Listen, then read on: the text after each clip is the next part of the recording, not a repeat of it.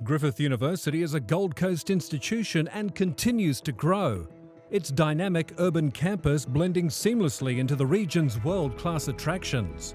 And now, partnering with the Gold Coast's cultural leader, HOTA, Home of the Arts, we're proud to present our signature thought leadership and conversation series, helmed by master interviewer Kerry O'Brien. Welcome to A Better Future for All.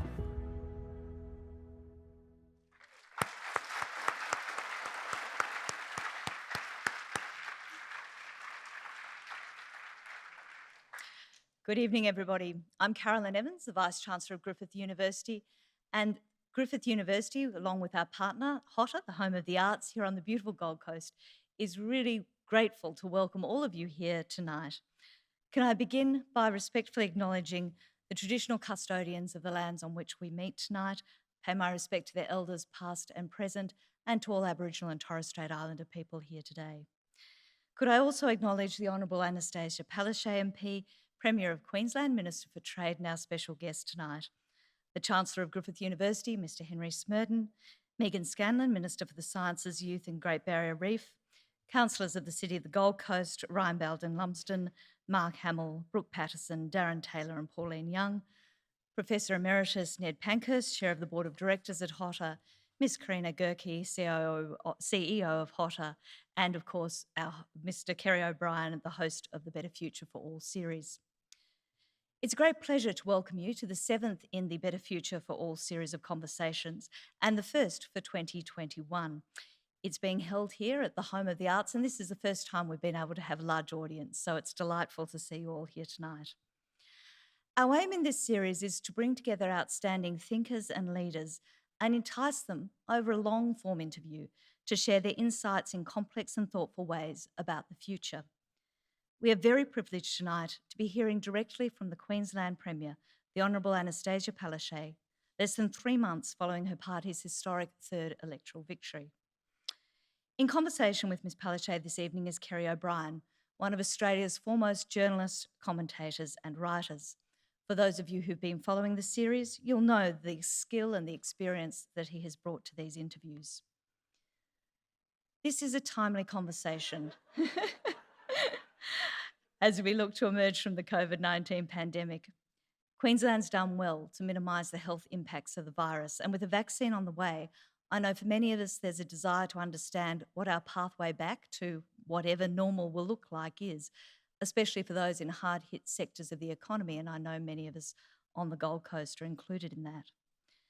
At this critical time, the big decisions the Premier and her government make will shape Queensland's future for many years to come and help to define her legacy as Premier. It's already a formidable legacy. She is Australia's longest-serving female Premier, and by mid-year will be the longest-serving female head of government in Australia's history. She was sworn in as Premier of Queensland on the 14th of February 2015. In November 2017, she was elected as Premier for a second term, and as we all know, in October last year, elected Premier for a third term. Ms Palaszczuk was the first woman in Australia to become Premier from the opposition. She's the only woman to win 2 terms and now 3 terms in government. She began her career in Queensland Parliament in September of 2006 when she became the representative for the Inala electorate, and her first ministerial role came in the 2009 election when she was appointed Minister for Disability Services and Multicultural Affairs. In 2011, she was appointed Minister for Transport, a position she held until the March 2012 election when she became Leader of the Opposition. That's quite a formidable track record, and I know you're all eagerly looking forward to hearing this exchange. So without further introduction, please welcome Kerry O'Brien.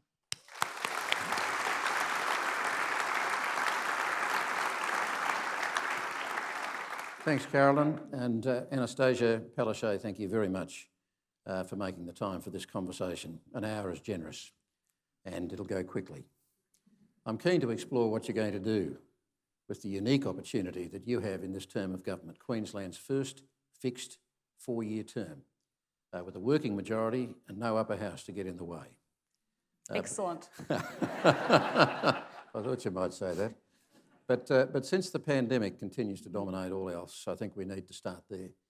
The vaccines rollout is about to start, and although it will be run from Canberra, the states will obviously be critical to a success.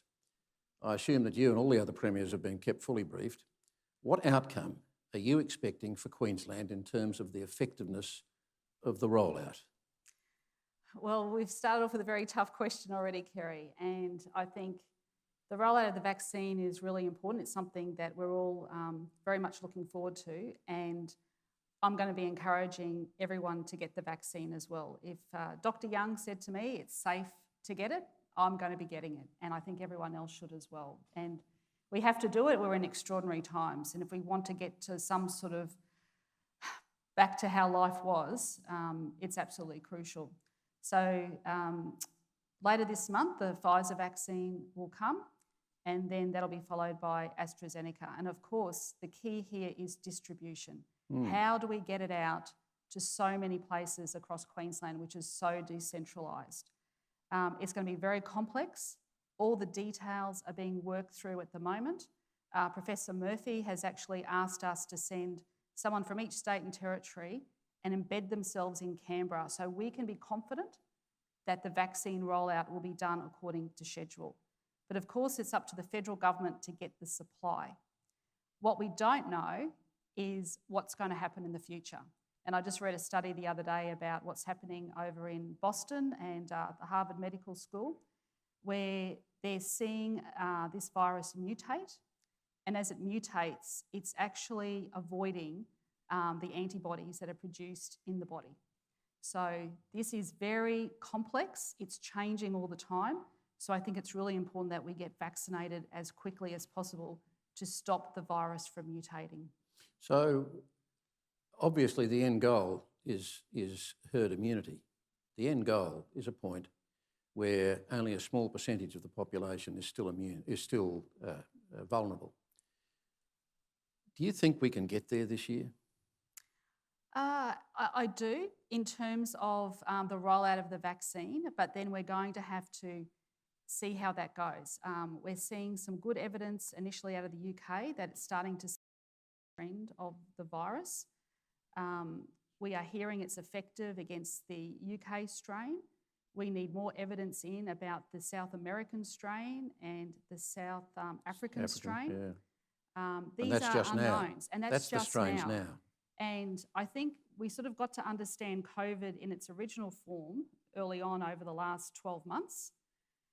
But now with the UK strain, and the people here would have seen how we had to do a sudden and quick lockdown when the Hotel Grand Chancellor, we had a community positive person with that UK strain, which came from hotel quarantine. We're now seeing what's happening in Melbourne, and we've also had issues over in Perth.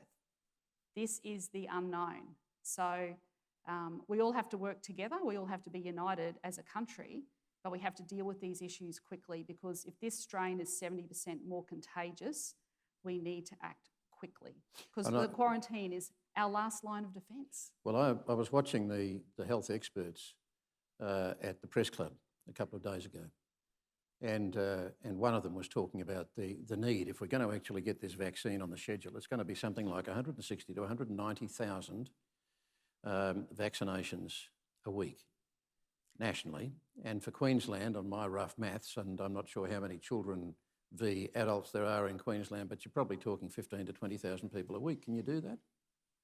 Well, the Commonwealth has to put out the schedule, and there's a whole network of GPs out there. What they are seeing in some other countries is that they're using convention centres to get the mass vaccination happening. So all of this finite detail needs to be worked out, and that is what the federal government needs to do. But as a state, we are entering into bilaterals with the federal government about the rollout. The states have good service delivery, and I'm very confident that by working together, we can affect a rollout. But of course, we need a supply of the AstraZeneca, which the large majority of it's going to be manufactured in Melbourne, is my understanding. And of course, we need the supply of the Pfizer. So that is the federal government's responsibility. All right. Now, and a good communications campaign, because there are a lot of people out there. We've got good rates of immunisation in Queensland for vaccination, but I'm very concerned that if the communications campaign is not solid, there'll be people who won't go and get the vaccine. Now, you're at pains to stress the Commonwealth's overall responsibility, and I would be sympathetic to that. I would imagine any state premier will be saying exactly the same thing. But where does your responsibility begin and end? I mean, because I can imagine what happens. You're talking about the need for unity on this as much as anything. What happens if something goes wrong? What happens if one state's rollout seems to be slower than others? I mean, are we going to start seeing the blame game taking place there? Well, are you going to be saying, if it happens in Queensland, are you going to be saying, well, that's the Commonwealth, and they're going to be saying, actually, it's you? Well, I think if we go back to look at quarantine, and let's be honest here, we never thought our hotels for tourists and business people were going to be used for quarantining people returning from overseas with a virus. Our hotels were never built for that. And all of the states were able to very, very quickly upgrade to put in place quarantine measures. Somewhat imperfectly. Well, to one degree or another, from one state to another. yeah, sure, but this is brand new for governments. I didn't know 18 months ago, or from before we declared a state emergency health emergency at the end of January last year, that we were going to have to set up hotels for quarantine. I mean, this is an extraordinary time we are living in, with extraordinary circumstances. And I think the National Cabinet has served a really good purpose in that we've been able to come together and discuss these issues, where you have Professor Murphy, you have the Chief Health Officer giving us all the most up-to-date information, plus we also have the Head of Treasury and the Head of the Reserve Bank, who also update us regularly on the state of the economy. And so this is the other big half of the equation. This is the economy. So let's say herd immunity is achieved within Queensland and the rest of Australia. How confident can you be that that will mean immunity from all strains, which you've touched on it briefly, of COVID-19 potentially coming in from overseas? Well, they're the big questions, aren't they? I think because we've seen massive lockdowns overseas, where the virus has gotten out of control, where governments overseas have failed to take health as their number one objective and let the economy run, we've seen what's happened. Thousands, hundreds of thousands of deaths, especially in the US, quite absolutely tragic. Where governments here, for example, have taken quick and swift action focusing on health first, our economy has been able to recover faster. That's just the reality. But there's still a lot of big question marks about what that means, about how real that recovery is and how sustainable that recovery is. One of the things that I wonder whether we're going to drop, I mean, we, the public generally now, are going to be inclined to drop the ball a little bit in terms of our own awareness as we get this sense that the vaccine is rolling out, that somehow or other it's all going to be just about over. I mean, the cases are still going to be coming in from overseas. They're still going to leach out of the quarantine system, aren't they? Well, that's where I think we cannot be complacent. So even when our quarantine workers will have the vaccine, I think we still have to have precautions in place, because we just don't know how the mutation is going to be. But I think the world is very much focused on getting the planet vaccinated. I mean, we've heard World Health Organisation commentary on how it's absolute a priority to vaccinate as quickly as possible. Do you think most Queenslanders feel enough urgency now about the need to vaccinate, particularly those who haven't been directly touched by it? I think that's where you need a very effective communications campaign, but also too, Queenslanders have done everything that we have asked them to do during this pandemic, and we would not be in the situation we are today if it wasn't for the fact that Queenslanders have stepped up every single time during the pandemic, whether that was having to close businesses, having to stay at home, having, not being able to see relatives, not being able to go to church. I mean, these are like our whole world was turned upside down. And now, as the Chief Health Officer said to me, she said, Premier, I can see light at the end of the tunnel. I can see a way out of this pandemic with the vaccine. And I think that public need to have absolute confidence that the TGA does not approve a vaccine. It goes through all the processes completely independent of the political process, and they will not tick off a vaccine unless they deem it to be safe. So I assume you're as well briefed as anyone in the country. And the other aspect of all of this is that there's no guarantee that there won't be further border closures, either here or between two of the other states, right through this process. That's correct. I mean, we're monitoring the situation in Melbourne at the moment. We're having another briefing at 8 o'clock tomorrow morning where we get the most up-to-date information, and we are monitoring to see if there is any community transmission that's happening. And that could still be the case 3 months from now, 4 months from now. We might be a certain way into the rollout. But Correct. these flare-ups will absolutely still be correct. potentially possible even in 4 or 5 or 6 months' time. You're absolutely correct. But I think what we did when we had the lockdown for the Greater Brisbane region, it actually worked incredibly well that people listened. But I actually asked the National Cabinet, I said, we're declaring this a hotspot. I'm asking everywhere else across the country to also declare it a hotspot. I think that worked incredibly well. But I'm getting to the economy next. Yes. And that's the context in which I'm asking this, because of course we've got that huge problem in terms of international exchange of goods and passengers and so on.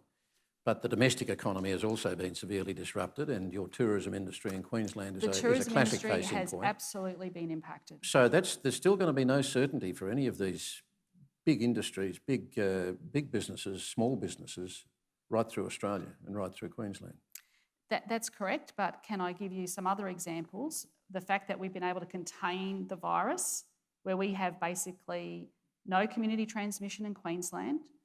Our construction companies have continued. Tomorrow I'll be making an announcement down here on the Gold Coast. More jobs, people working. Our mining has been able to continue. Our small businesses have been able to continue. In South America, mining has been shut down.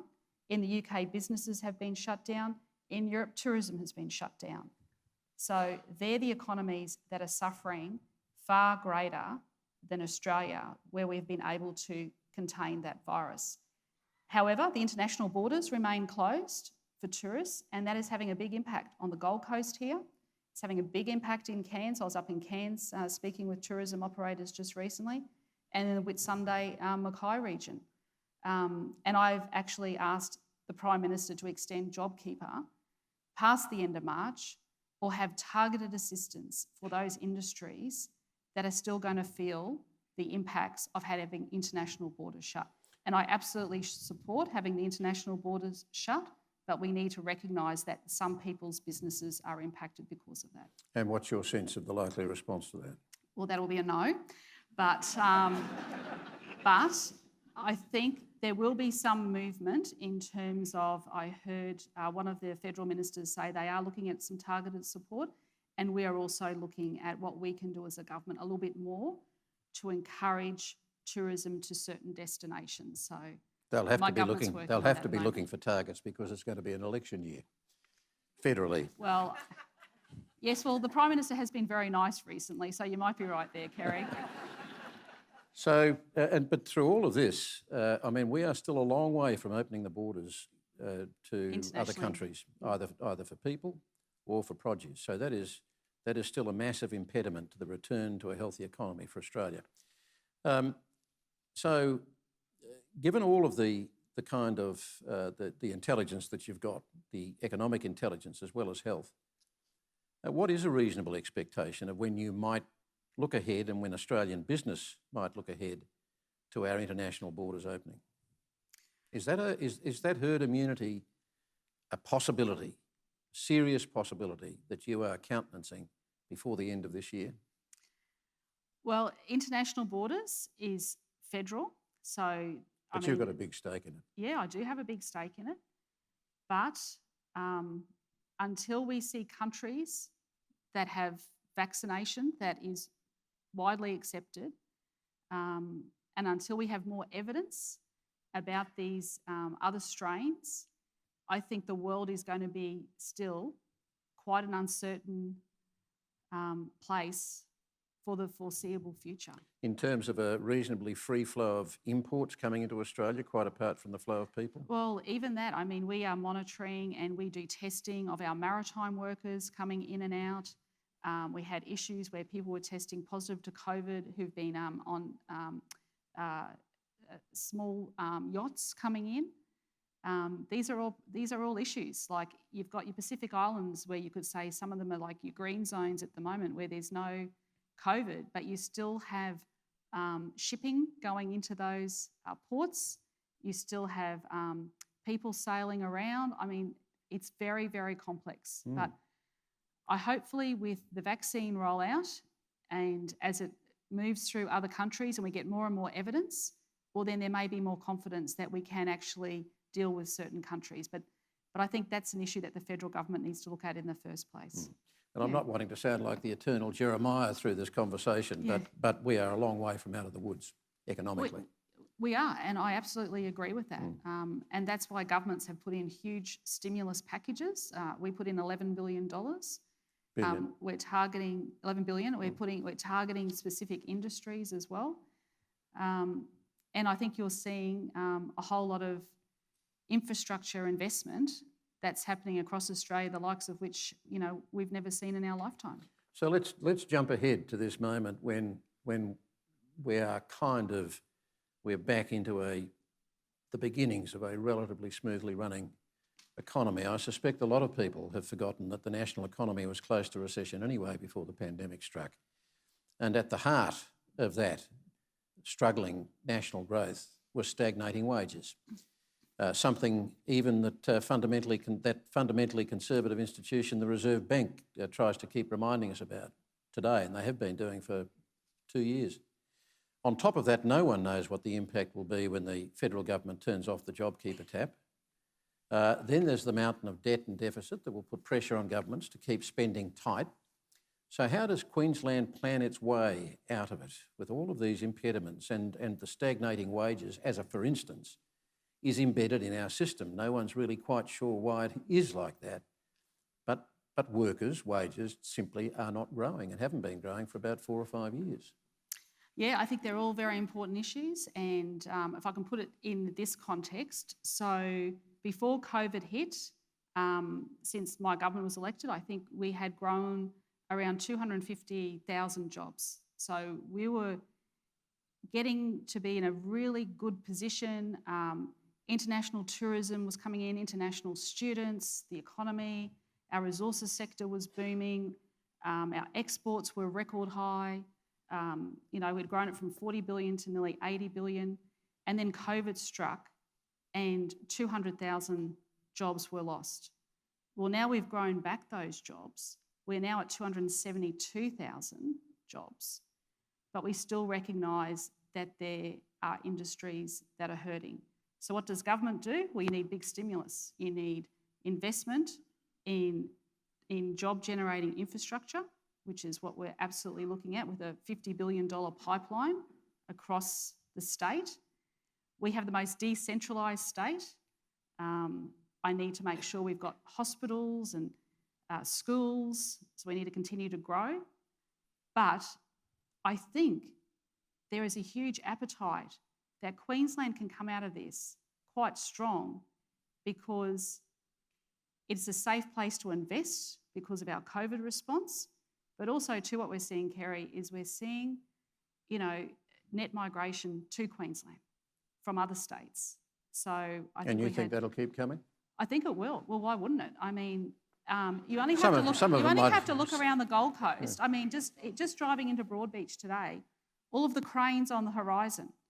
I mean, the construction industry here has not stopped. If you go to the Gold Coast, the Sunshine Coast, around Brisbane, people are buying properties. They're not even coming up for inspections. They're actually buying them through Zoom call meetings. It is phenomenal. And our stamp duty has gone up 17%. I don't know that you should boast about stamp duty. Well, Not when there are so many young people who can't afford to Well, buy their first home. We have a first home owners grant as well, so we are looking after those people. And be careful what you wish for on the growth, because in the previous growth spurt in southeast Queensland, Labor governments ran out of. They weren't able to keep up with the infrastructure. I can remember that massive sudden spend on the freeways around Brisbane, trying desperately to catch up. Well, drive along the M1, you'll see a lot of work happening there. We're going to be building a second M1.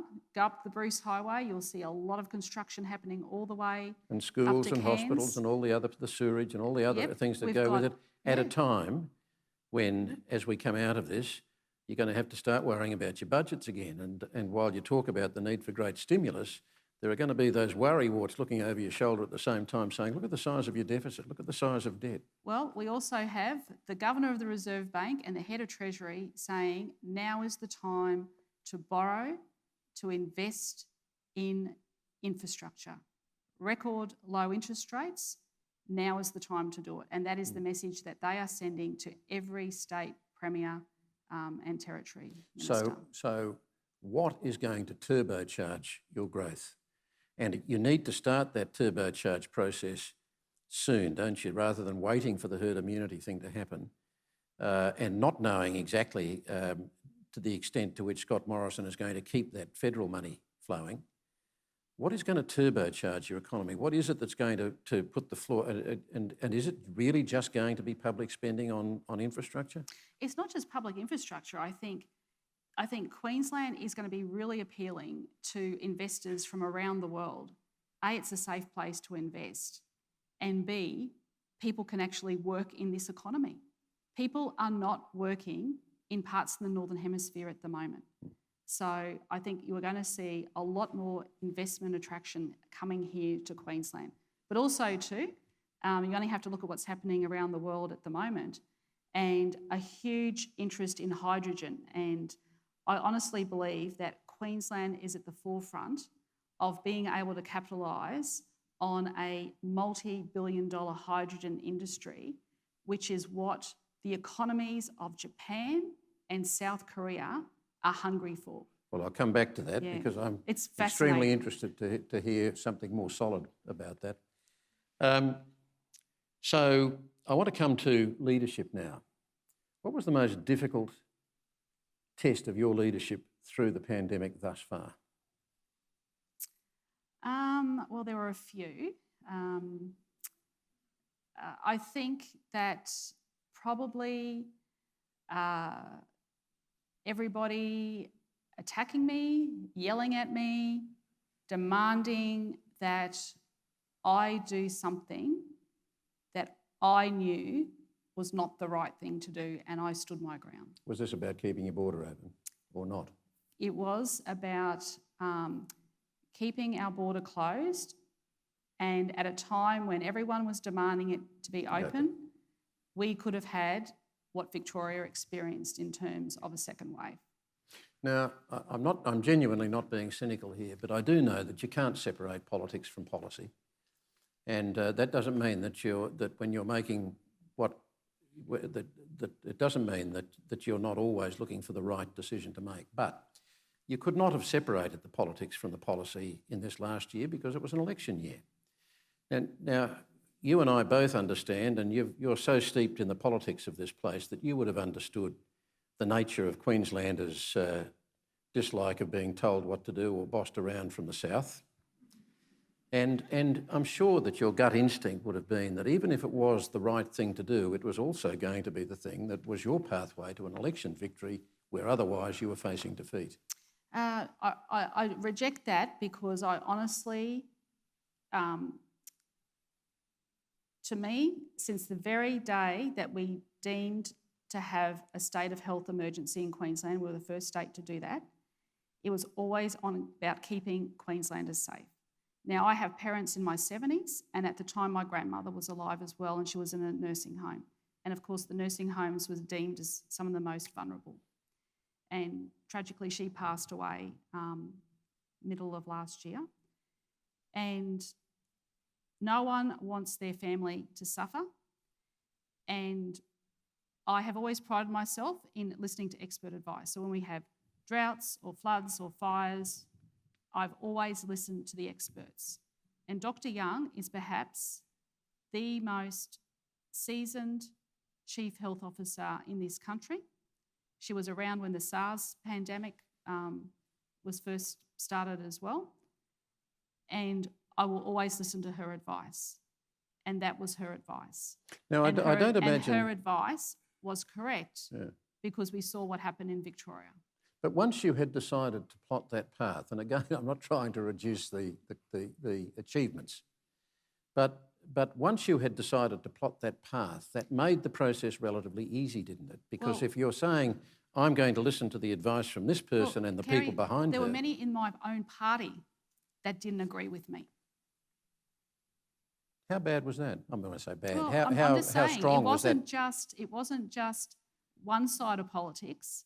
There was a lot of side of politics and a lot of people. And how tough did that get? It was very tough, but I stood my ground. Was there a point in the caucus where there would have... I mean, what was the breakdown in caucus? How many people in caucus disagreed with what you were doing?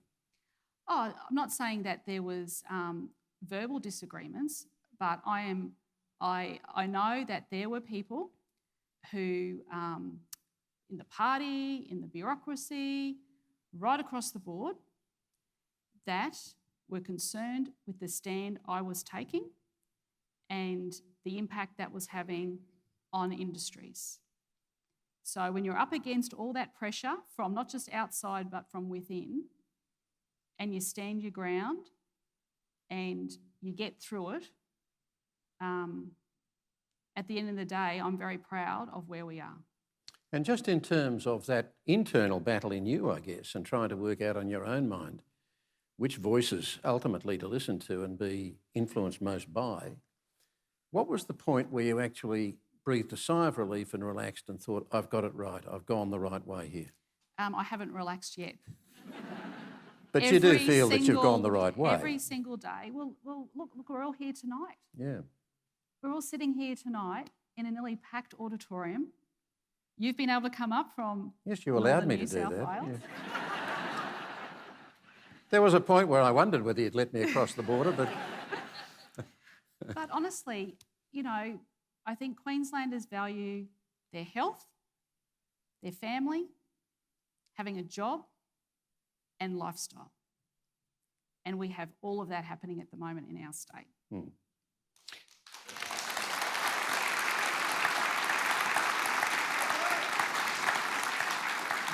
But at a certain point in the course of last year, the internal polling that your party was no doubt taking through this process was telling you that politically you had taken the right steps. Well, Just say yes. no, that's not absolutely correct, because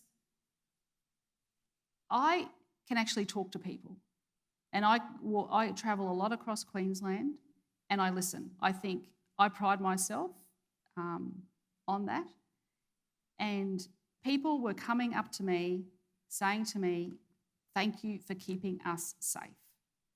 I get handwritten notes given to me at coffee shops. Thank you for keeping us safe.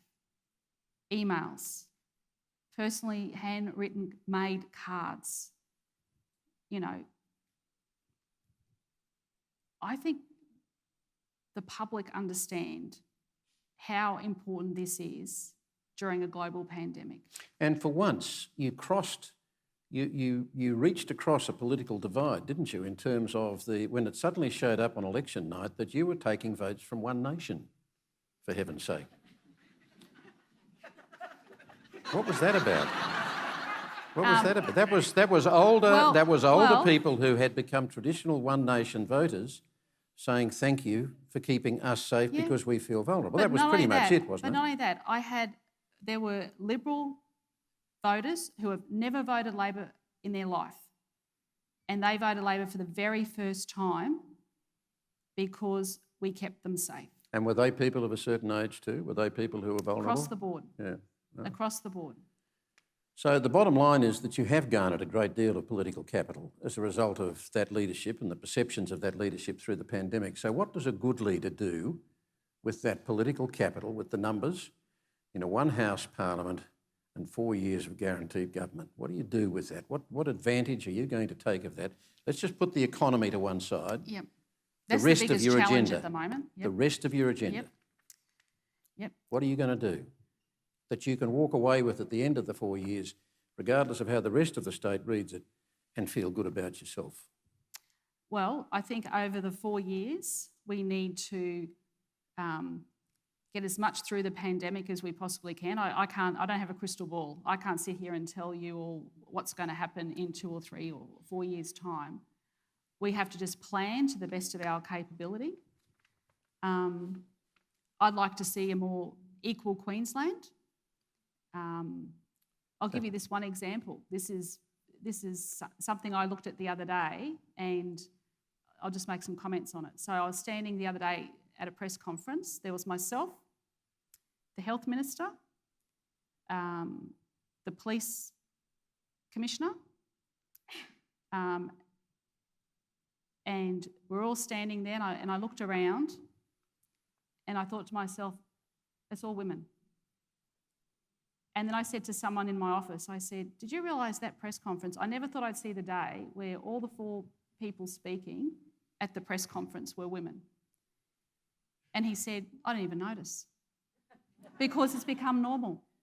Because it's become normal. And to have a cabinet, 50% when we were first elected as well, I think we're just one off at the moment. But if you add in our assistant ministry, we are. We've got more women in our public service.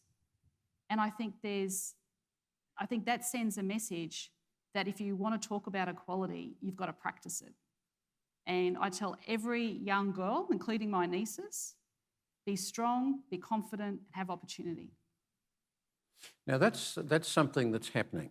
And I must say, you reminded me of a conversation I had on stage with Julie Bishop not long after she stepped away from politics. And so she was speaking rather candidly for the first time about this stuff.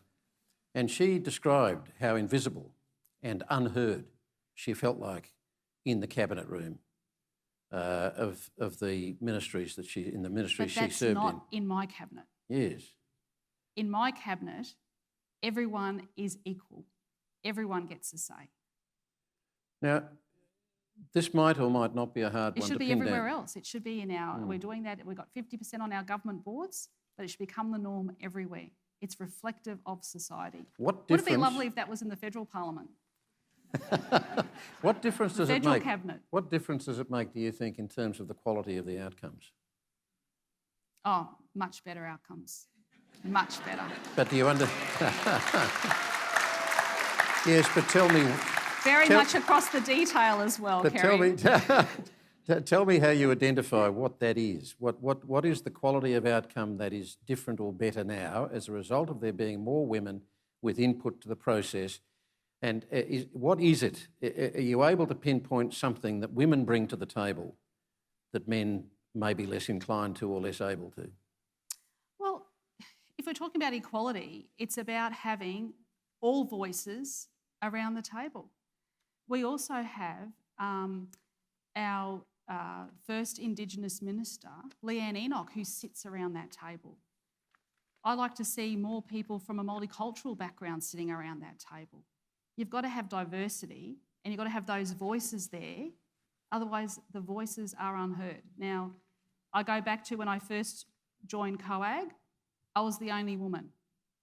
So, I went along to one of my first COAG meetings and they made some comment about, how does it feel to be the only chick? This was from a journalist. And, which I thought was quite offensive.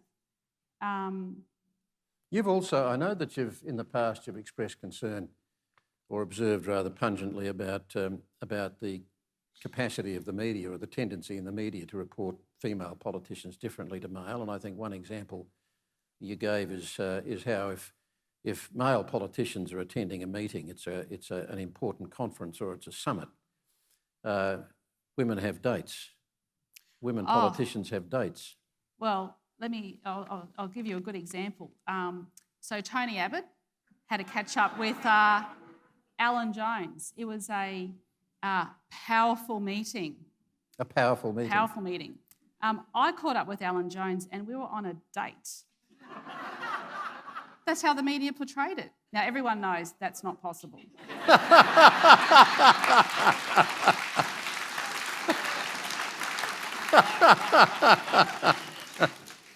What are the... And just to your comment on Julie Bishop. You operate at various levels, don't you?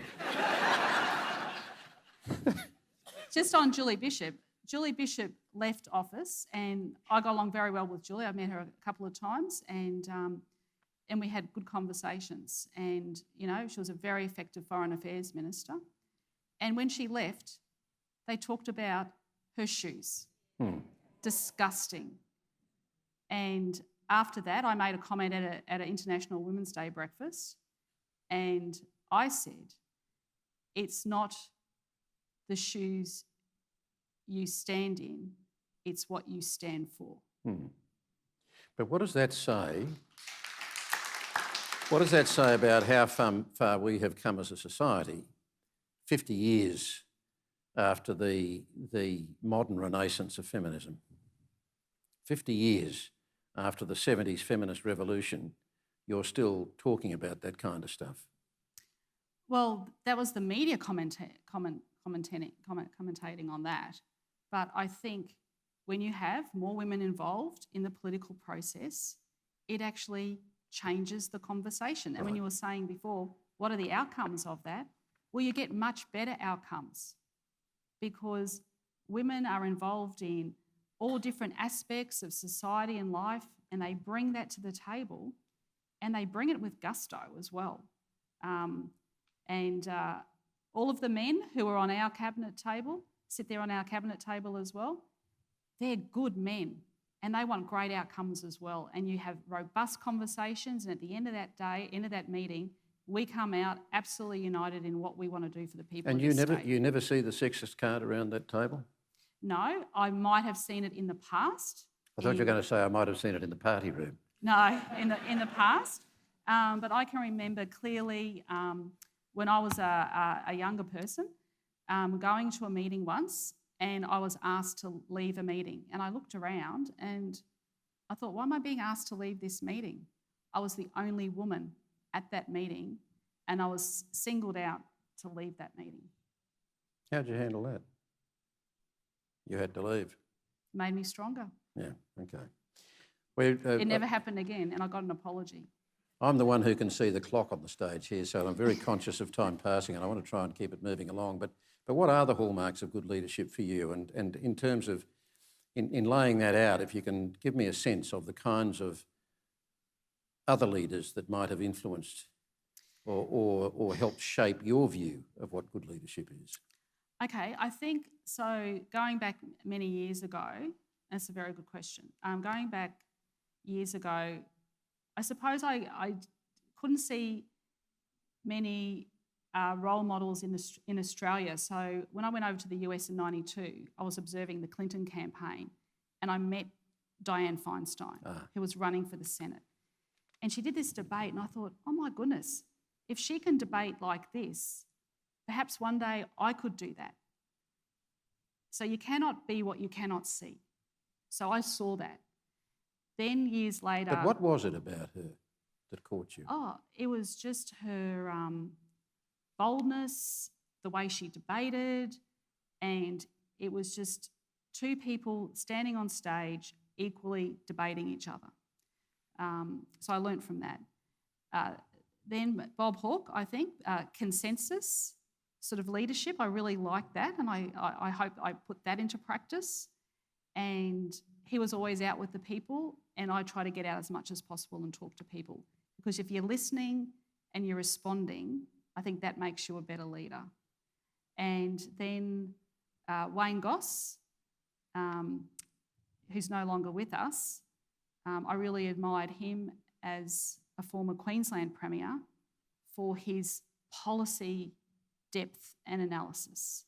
The other side of that coin, though, was, and he was the Labor leader who led Labor out of the Bjelke-Petersen wilderness. Exactly, yeah. But he only lasted, I think, 5 years. and he was marked down by the voters because I can remember covering that I election think it was night. just over 6. 6, was it? Okay. Yeah. I remember. Perhaps I remember the election night better, but I do remember that local analysts were marking him down on arrogance. They were saying that he was being punished for perceptions of arrogance. But I think people may have had the wrong perception of him, because I don't think it was arrogant. I think he was actually quite shy, and it was his just the way in which he interacted with people. If you're shy, people might perceive that as being arrogant. So that's just a commentary from me, because I knew him and he was very pleasant. And when we were reduced to 7 members after the election where Campbell Newman won, I was trying not to mention his name for the whole night. I think you should mention his name often, because he did you an enormous favour. And Who else would you have wanted to have as the head of government while you were trying to come back from 7 members? true. But yeah, we were only 7 members, and all the jokes were made about 7 members. And I went and saw Wayne, and he sat down with me, and he sat there for an hour. And I remember walking into his office and just chatting with him, and he said to me, "Good luck." And I said, "Thanks." Well, I'm pleased that's all I you still need. keep in contact with Roisin. Yeah. Right, Yeah. okay. Of course, then there was Paul Keating. When you talk about about Bob Hawke, I mean, Bob Hawke was like, he had the common touch like nobody else. It was quite extraordinary to watch him at work. Paul Keating, on the other hand, said that while Bob was tripping over television cables in the shopping centres of Australia, building the political capital, he was spending it. And really, when you're looking at the leadership of one, you're looking at the leadership of both, aren't you? Because they were a very important double absolutely. act. Absolutely, a great team. And Paul Keating, like in the Parliament, would just tear up his opponents. But I think what Paul has had a unique ability to do, complex arguments and complex issues, to really explain that to people very clearly. So whether you liked him or you didn't like him, at least you understood exactly where he stood on the political spectrum on particular issues. But so he would spend the capital. It was always important to him to do that. He could see no point in garnering the chestnuts and hoarding them into a corner and then just waiting to win your next election, and then hoarding the chestnuts and waiting to win the next election. In other words, to him there was no point in being in government unless you spent that political capital. Where do you stand on that view of making your time count? Well, making your absolutely. time You've got to stand up for what you believe in. That it's not just about winning elections, it's about doing things. It's about doing things. And I think, the people of this state have put their trust in me, and they've put their trust in me 3 times now, to do the best for them and their families. And that's what I keep intending to do. So Dianne Feinstein, it's interesting you pull her out of it, because I was a correspondent. I was about to say young correspondent, but that's not entirely true. I was a correspondent in the United States, based in California, in fact, when Dianne Feinstein was mayor. And I reported on really quite a pivotal moment in social policy globally, when Dianne Feinstein decided as a mayor to prohibit smoking in offices and in restaurants. And boy, did she go against the grain to do that. I mean, a lot of people responded to it, but she met enormous opposition on that. She put herself right out there. Have you had moments when you've put yourself right out there on a policy issue? I mean, really put yourself out on the edge? Well, I think I did during the campaign, where I said that this term we were going to tackle the issue of voluntary assisted dying. That's a deeply personal issue for a lot of people, and it's about time that Parliament took a vote on that. So that'll be coming in during the middle half of this year for people to, and I've come out publicly and said that I support it. So what prompted you to do that?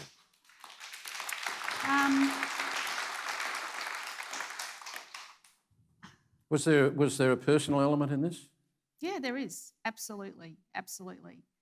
A couple of things. So the first thing was many, many years ago when my grandfather passed away, he had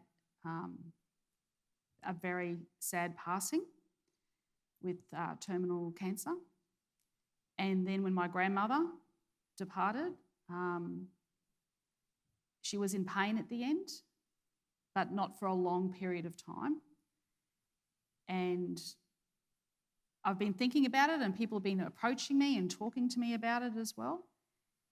And it just firmed up in my mind that you really need to have control over what you want to do at the end of your life. It is a big ask of people, but at the end of the day, it's your decision. It's a very personal decision. And I think we get to the situation where a lot of families sometimes don't know what their loved one wants to do. And then my uncle tragically passed away last year, 3 to 4 months after my grandmother, with terminal cancer. And he had a very slow and agonising death. What do you say to those who, out of strong religious conviction themselves would say, this is all part of God's plan, that you can die with dignity while in pain, but your life should run its course? So we've also going to put in, Kerry, over $170 million in improving palliative care services. So people can choose to die with dignity in their own homes as well, to give that extra support. But, you know, I consider myself a Catholic. I consider myself a Christian. And, you know, I also had to make a decision earlier on too about for our voting in the last term on the termination of pregnancy, which I also supported. You know, probably 25 years after the US made that decision, which is pivotal because no one should tell another woman what to do with her own body.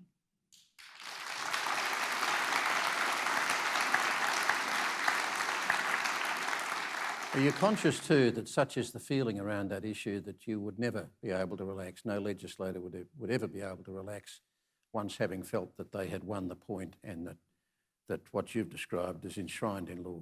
Because the resistance is never going to go away, is it? There will always be people who will want to turn that back. There may be people who want to, but I think what you'll find, and what we found with the termination of pregnancy bill, it had support from members across the political divide, and I think you'll find with ending dying with dignity, I think you'll actually find too that there'll be people across the political spectrum, and I think when you have that, it's less polarising. Very briefly, you haven't mentioned Peter Beattie amongst your favourite leaders. But in electoral terms, he was very successful for a long time. And I've heard his approach described by former staff as being make a big deal publicly over bread and butter decisions like, say, more police stations or more new schools, while implementing policies that might be less popular with a socially conservative state with as little fanfare as possible. Does that resonate with you? No. Well, look, I used to work in Peter Beattie's government, so I'm not going to criticise. And look, he did a great job as Premier, and also he did a great job in helping to deliver the Commonwealth Games, which was here on the Gold Coast. So I have nothing but respect for Peter and the work that he's done for Queensland. I wasn't really implying otherwise, but perhaps it was just minor mischief on my part. Yeah. What I was really interested A little bit of mischief. What I was really interested in was the proposition that the Beattie style, was to play up the populist issues while essentially not sneaking through, but while essentially underplaying the issues that he knew might strike a bad chord with socially conservative Queensland. Is that the kind of game you have to play in a state that is perceived to be socially conservative? Well, I might give you an example of something that was put in the too hard basket in the Beattie government and something that we did. So this was the issue of taking 17-year-olds out of the adult corrective system. Every other state and territory had done it. Queensland was the last one to do it. Why didn't Queensland do it? Every single time the bureaucracy would say, it's too much money, it's too much money, it's too much money.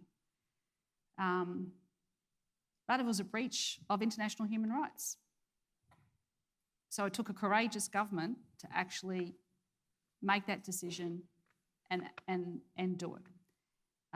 But not only did we do that, we also put $550 million into our youth justice system as well. Now that's going to roll out over 4 years. We're starting to see some early results of that. We're not going to see all of it at once, but it's the largest injection that has been put into youth justice in a generation. Now, when we're talking about youth justice, we're predominantly talking about Indigenous youth justice. And we know how much the deck is stacked against Indigenous Australians broadly, including Indigenous youth inside the justice system. And you saw Mick Gooder's response overnight to your reaction yesterday to the latest pressure on youth crime, I think particularly in Townsville, but not just confined to Townsville. And he described it as a knee-jerk reaction. He said he wasn't turning his back on the problem, but he was saying it was a knee-jerk reaction, and that kind of punishment in the end doesn't work, that you've got to find other ways. And we are finding other ways. So we announced some tough and strong measures about the 10% that the police are advising us that are committing the majority of the offences. In the 90%, we are starting to see good results. And in terms First of offenders? Well, if you get in early Yeah. and prevent it, you're going to stop the repeat offending. So we had an example out in Mount Isa where a young girl who was offending went and did some programs. We got her into, I think it was numeracy and literacy programs, and had a mentor, got some mental health assistance, hasn't reoffended since January last year. We've got on-country programs. Now this is really important because what the elders were saying to me is that we want to take our young kids and we want them to understand country. We want them to go onto our land, and we want to spend time with them and tell them about our history and our culture. And we've had 73 people go through that program, and very, very few have reoffended. So we need to do more of that. We need more support for people. And sometimes it's a lack of diagnosis of mental health. It is a very complex situation, but that money we've put aside there, that $550 million, is going to a whole different programs right across the state, which we are confident that we will see that youth crime decrease from that age group. Since we're talking Indigenous issues, you know my interest in Yes. in what you're going to do with the Pathway to Treaty Yes. recommendations that went to the Parliament and which were embraced by your government. And this is for a whole set of steps, essentially to reconcile with Indigenous Queenslanders for a dreadful past. Whatever good things have come from the past, the horrors of the history of colonial times, particularly in Queensland, I would dare to stick my neck out and say as bad as anywhere else in Australia and worse than many other areas.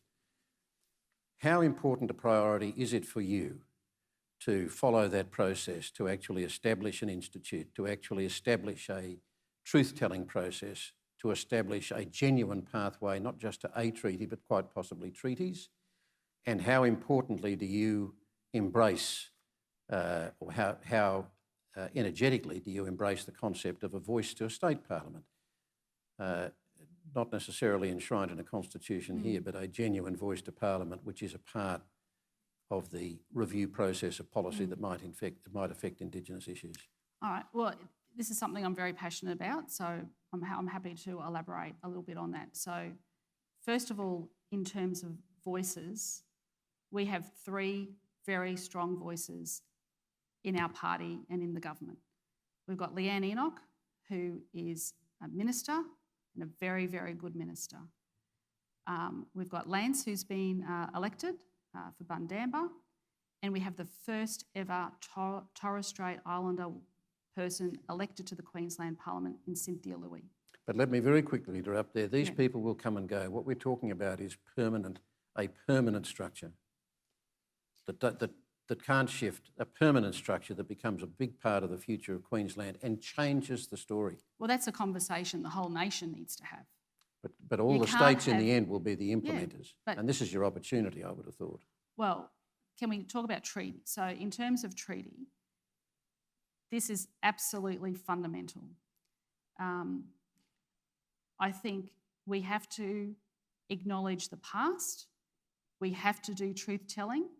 I've just signed off on the committee that will be travelling around the state where people can come forward and tell their stories about what happened. And the history of Queensland, the history of Australia, it's not a pretty history. Indigenous people had their wages stolen, they were not paid, and they helped contribute to building our state. We put in $21 million to pay back some of those stolen wages, and there was a court case where I think it was around $160 million. Then we need to acknowledge that there were massacres that happened, that our country was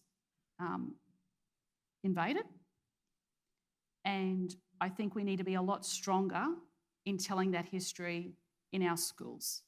How much of the history have you read yourself as a personal thing? I mean, what do you know of the role of the native police in exterminating Indigenous people in the second half of the 19th century? And are you across the work of Lyndall Ryan at Newcastle University and the map of massacres that she's been building assiduously over the last few years? I mean, are you right into that story yourself? Well, Kerry, I was in the British Library when I was doing my master's many years ago, and it took me to be seated in the British Library reading a court case about the Mile Creek Massacre in northern New South Wales. Now, back then, the squatters wanted to get the land, and they were able to get the land if there was deemed to be no one living on that land. So people were rounded up and they were killed and they were massacred. And back then at the time, I was horrified to be reading all of this detail. And in fact, it was the British government back then, the colonial office, who was actually telling people here in Australia that there should be a treaty with people, and they were absolutely horrified that the people who were deemed to have done this were let off. And to read this in the British Library was just unbelievable. And when I first met Chris Sarra, he came into my office and he was talking to me about a treaty. And this was very early. This is Chris, who was the head of the Indigenous Affairs Department now. Who now I've appointed as head of exactly. And I value his input and the work that he is doing. But also what we're doing is my ministers go out to Indigenous communities with their Director General, and they listen to their concerns and they respond, and we also meet with the mayors once every 6 months as well to listen to their concern. I'm not an expert on this at all, but I have a sense that the education on Indigenous history and culture and tradition through the various services like health and the justice system is piecemeal. I'm not just talking about Queensland, I'm talking generally. And yet that kind of education process is fundamental because they are the front line of services, of delivery of services to Indigenous people, Indigenous communities. And it is the police who are the front line of the justice system. And you just have a sense that there are so many police still who have no sense of the injustices that have gone before them, as they are a part of a system which is still locking an obscene number of Indigenous people up in this country. Are you confident that you have those processes in place in this state, and if you don't, that you will make sure that they are? I think we are growing the competency. My understanding is that first-year constables training actually does include conversations. But how much? Is it a week? You know, is it a Well, week of out course, of it always needs to be more. Yeah. But I think we also need more Aboriginal and Torres Strait Islanders as part of our police force. I think at the moment it's about 2%. That needs to be more. We've got about 160 or 130 police liaison officers. But absolutely there needs to be an understanding. And, you know, as a nation we need to do more. As a nation we need to have constitutional recognition. That's step one. If you're going to unite a country, you have to bring everyone together. You can't go down the next path unless everyone's united. Don't depress me. With the time that's left, the brief time that's left, we don't really have any actually, but I cannot let climate change go unmentioned. And in terms of leadership, you've set a target to cut carbon emissions by quote unquote at least 30% by 2030. Now, there's nothing particularly ambitious about that, is there? Because, and even if you achieve that, for a start, the most credible climate change scientists on the planet are clearly saying that 30% Paris targets are way short of what's required to limit temperatures to the targets they're talking about, even 2%. Some are predicting that it'll get to 1.5% Celsius increase in temperature in 4 years. Now, you trusted the experts on the pandemic and you've talked about what a great outcome that was. You've said that you've made a point of trusting your experts. If you actually opened your ears and your eyes to all of the experts amongst the climate science, surely you would be doing more than you're doing in Queensland, one of the great emitters and one of the great exporters of emissions. Well, climate change is real, it's happening. You don't need to go to the Pacific Islands. I've been up to some of the Torres Strait Islands where we're building seawalls because of what's happening. I've been there personally. I've sat down with people, I'm investing because it is unimaginable to me that our islands are facing, you know, a global problem. It'd be good if we had a federal government that was prepared to take action. But let's just talk about what you can do and in I will, Queensland I and what will, the other I states will. are doing. New South Wales, a Conservative state, the minister, the Environment Minister there has got a 35% target for 2030. You've got a 30% target. Victoria, the committee that they empowered to tell them what their target should be, came back with the target of 45 to 60% by 2030. You're 30%. Yeah, well, we've got 50% renewable energy target by 2030. Before we came to office, we had 7% renewable energy. In 6 years, we're now at 20%, and we will get to our 30%.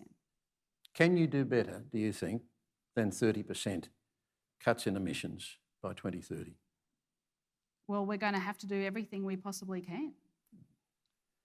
We are. But in terms of... Why can't you do better? Just very practical, why can't you do better than a 30% cut? Why can't you go hard for something better than that? Is it political that the mining industry and that those who are opposed, some of whom still don't believe in the climate science, that is their voice too strong? No, I don't think that's the case at all. I mean,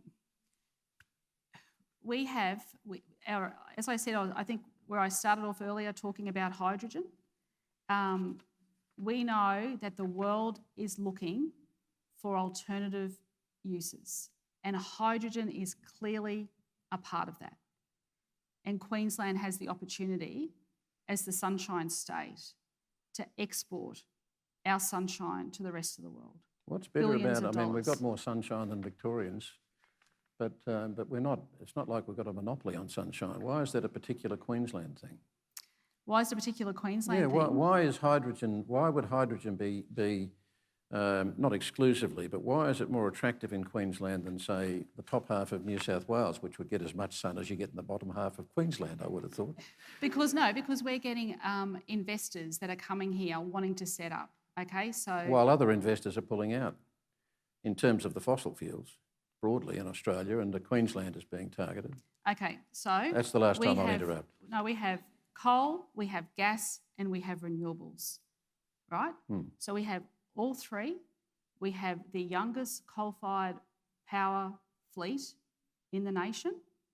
We have gas, and now we have a very large investment in renewables. And a lot of that is private investment. We've also set up CleanCo, a renewable energy company, which the government has set up. So we are actually absolutely working on making sure that we are addressing fundamental issues of climate change. But do you believe the great mass of climate scientists who tell you we don't even have the time that you're planning on? We do not have that time. We just don't.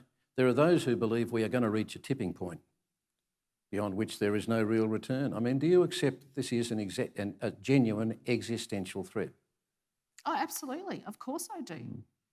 I mean, who doesn't? I mean, who here in the audience does not believe in climate change? No, that's not the question. It's about how far you have to go to actually deal with it. But we are going as fast as we possibly can. I mean, we have got $15 billion of investment happening in Queensland on the books and happening. Wind farms that weren't here 6 years ago, solar farms that weren't here 6 years ago, and people wanting to invest in the new economy minerals in the Northwest Minerals Province for things such as batteries and storage. I mean, we've got the resources here to do the manufacture as well. And as you see, over the next 20 or 30 years, the next 20 years with the phase out of some motor vehicles in terms of it'll now be electric or hydrogen, we are at the forefront and we can benefit from that. So many other things I wanted to talk to you about tonight, Anastasia, but I'm going to go to the end. A good leader should also know when it's time to go. And our political history is littered with the bones of leaders who stayed too long. I know you're a long way away from that. Very few walk away of their own volition.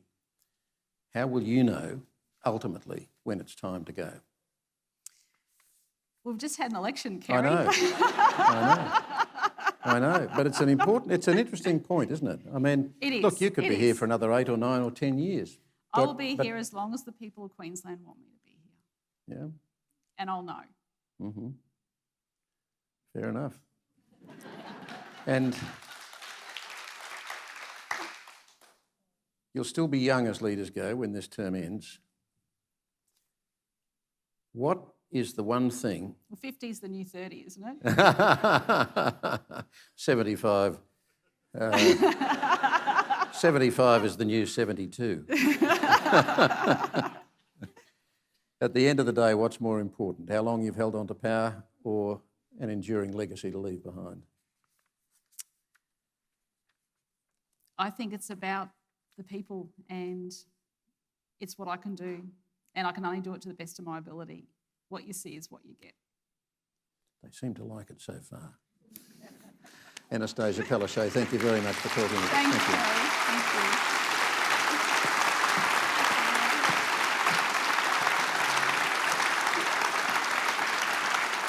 Thank you. Hello out there, I'm Karina Gerke, and having heard you talk about the female leadership in your cabinet, I'm very proud to say that I am not only the CEO of HOTA Home of the Arts, but I'm the very first CEO of HOTA Home of the Arts. And it's my very great privilege to give the vote of thanks tonight. So I'm going to actually break protocol, if you'll forgive me, Premier, and thank Kerry first, who I have never heard him before say, what a minor maker of mischief. Is that what you actually said throughout the interview? So I'm going to hold you to that throughout the rest of the series and not apologise too heavily to the Premier. To you, Premier, thank you so much for spending an hour plus 10 minutes, Kerry, of your valuable time here with us tonight on the Gold Coast. My reflection is that it was actually a real privilege to hear you speak about how you feel about leadership, that so much of your life at the moment is lived in communicating very serious and very vital information to the people of Queensland, but to have the privilege of actually hear you talk about how that makes you feel as a woman was absolutely sensational. So thank you for sharing those insights with us. And finally, to all you wonderful people out there, this has been a series that we were running last year, and we haven't had the opportunity, thanks to COVID, to actually invite so many people and general public into these conversations. It's really vital, I think, for us not to live our lives in sound bites and to have these extended conversations. So please continue to support them. Our next one is with the Australian of the Year, Grace Tame, on the 30th of March, and tickets will be available soon. So thank you so much. The bar is open. Continue the conversation in the foyer, and we look forward to seeing you next time. Thank you again, Premier.